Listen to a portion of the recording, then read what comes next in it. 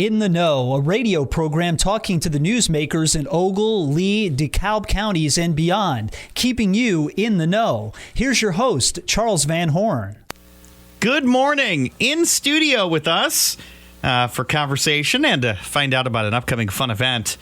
We've got the director of HOPE of Ogle County, Ruth Carter. Good morning. Good morning. Glad to see you here. Now, there are plenty of great organizations in and around Rochelle and Ogle County that help out people in need, and HOPE is certainly one of those important organizations because the people who turn to HOPE for hope sometimes are in a very bad spot. They're in a very uncomfortable place to be, and you guys can help them see a little bit of lightness there in that tunnel of, I hate to say despair, but I'm sure you guys see people who are at the breaking point.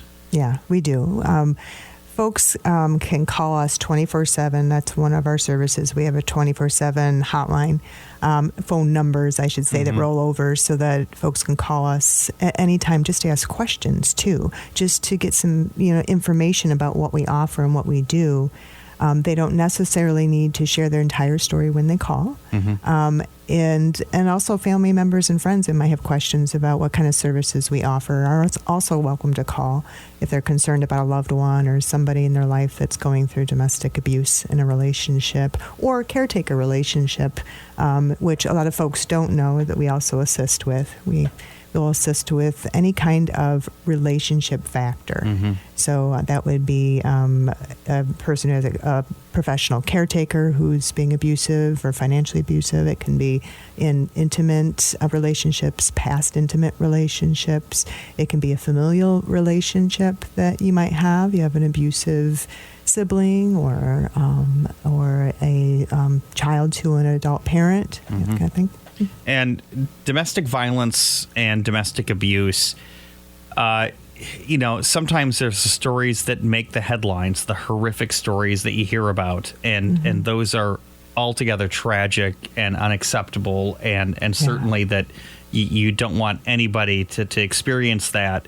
And you've touched on other things that are domestic abuse, that are forms of domestic violence that aren't necessarily those that grab the headlines. They aren't the ones that clearly, when a member of law enforcement walks by the scene, they can identify this and go, my goodness, this has to stop, and let the justice system do its thing.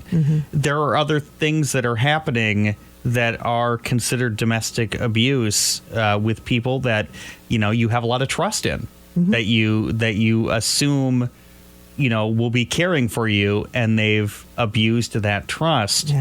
And you guys help tell the people who are victims of this that, first off, there's a way out and there are solutions. And some of the services you offer with counseling, how in-depth or how far does that go? So I think you raised a really good point that with domestic abuse, there are so many different levels. But what's really consistent in all of these relationships is that there's a need for power and control over another person in a relationship.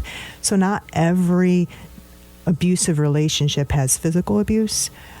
It can also be emotional abuse and financial abuse, but it's a pattern of behavior that's seen over time, right? So the person now is no longer to access their financial funds, or this person is trying to keep them from their friendships and their family and isolate them. And it's a consistent thing that's been going on, along with usually some verbal abuse and controlling natures that they've seen progress over time and get worse. So it can start like that as well, too. And almost most of domestic abuse relationships start with the relationship being fairly good at the beginning, right? Or else the person most likely wouldn't stay. But then over time is when an abusive personality will use manipulative and controlling behaviors to isolate, to put down the person that they're with, to make them feel like they don't have any options or resources, that it's not okay to share with anybody what's going on in our relationship. So therefore, you can't talk to your mom about this. That's not okay. making their partner, the ex-partner, their family member feel like it's not okay to share the abuse that's going on in the home. So it's all different forms of domestic abuse is what we call it.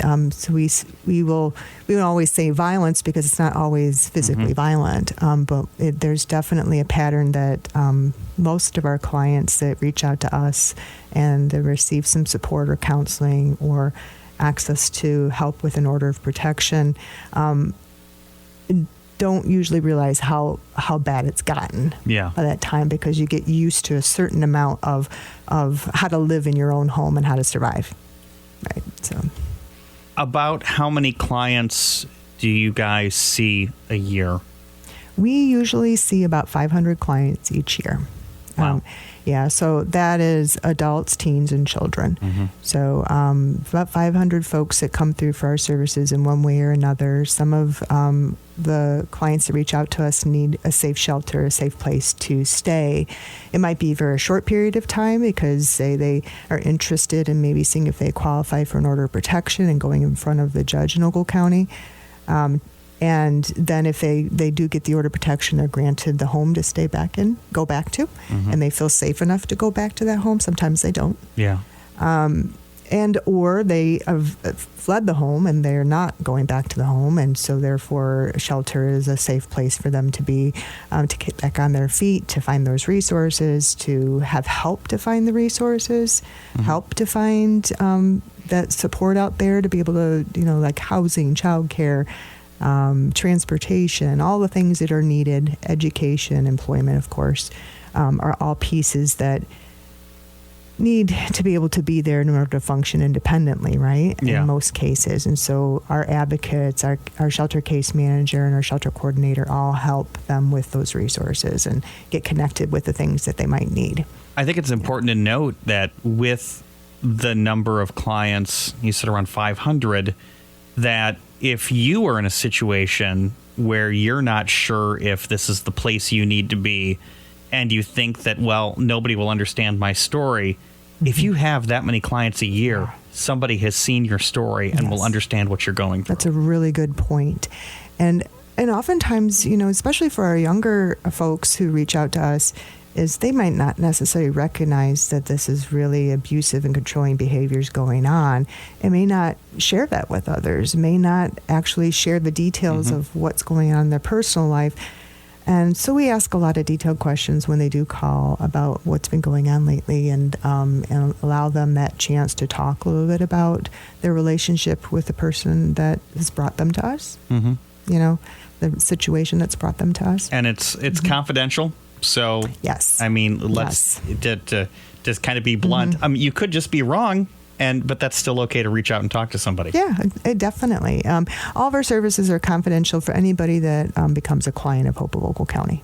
Yeah. So we do not share any of that information. There are some circumstances where we do have to. Yeah. We are mandated reporters to Child Protective Services. We are, if a person is in immediate physical danger, we will reach out and access help. But a person may have experienced a lot of abuse and a lot of threats and a lot of harm in the past. We don't share any of that with anybody until they want us to be able to do that, and they give us permission to do that. If this conversation is raising sort of a red flag in your mind that maybe you're in a bad spot, how do they reach out to you? 24/7. We have our main hotline, and it does roll over, but that is reach out to us calling 815-562-8890. There will be an advocate and a person who's trained to support you. They're 24/7. We don't have answering machines. We don't have an answering service. It's all trained staff who answer those phones. And we don't have voicemail, so we're not going to be putting you on hold right away. So there really is somebody there 24/7. Let's talk about how you guys keep the lights on. A big fundraiser for HOPE of Ogle County coming up. That's going to be in May. You guys are having your 10th annual Cinco K 5K. This sounds like a lot of fun. It is. It's a lot of fun. And it's fun putting it together as well. We get excited every year about the process of creating the T-shirts and making the design and making the T-shirts comfortable, which is huge for people. You know? And so we have some really cool T-shirts this year, and but really it's a chance for folks to come out and celebrate our services and support the services that we offer to survivors of domestic abuse. It is on Saturday, May 4th at 1 o'clock. It is the Presbyterian Church here in Rochelle. They have the walking path that joins to it, and we start there. It is a 5K. But we don't pressure anybody to do any fancy running and jogging if they don't want to. They can take their time. For those of us who are bad at metrics, that's like a little over 3 miles. Thank you. Just to let you know. Yes. Which, of course, I cannot run. I can walk a 5K. Pretty good. But if you see me running, you better see what's chasing me, because it probably has claws and teeth. I'm glad you mentioned that, chasing you. So you also can bring leashed pets. Oh, yes. For this event as well. So, and then of course strollers are welcome. And it's kind of a family affair. We'll have some Mexican flavored popsicles at the end. We will also have chair massages offered to you by AP Massage. Ashley Patrick will be there and provide those for folks. So that's exciting this year. That's new. And this is a big fundraiser. Again, 10th annual. You guys obviously have other fundraising events throughout the year, or ways that you guys can bring an income to support your services? Yeah, so we have lots of different grants that fund our programming. All of our services are free, by the way. I probably should mention that we're a nonprofit, and all of our services are free for survivors of domestic abuse and their children. But we have our yearly From the Heart event that we work with 7 other agencies in the community that serve folks. And that is a huge fundraiser every year for HOPE. And then the Cinco K. And then we'll have some smaller things that we do throughout the year that we might advertise. But this is our main fundraiser each year, is Cinco K.